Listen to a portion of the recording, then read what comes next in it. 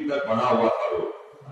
न भी कर दिया उसको, और उसकी पेमेंट तक भी रिलीज कर दी। वो उतना ही बड़ा रोड वो सीधे जाके ट्रैफिक जाम होता है। ऐसी कोई गाड़ी को जो है डाक बंगल से आगे आने की इजाजत नहीं होगी। उनके लिए जो नेशनल हाईवे बना हुआ है वो नेशनल हाईवे का इख्तियार करेंगे। शहर के बीच में से ऐसी किसी गाड़ी को जाने की इजाजत नहीं होगी। लोगों के लिए मैसेज,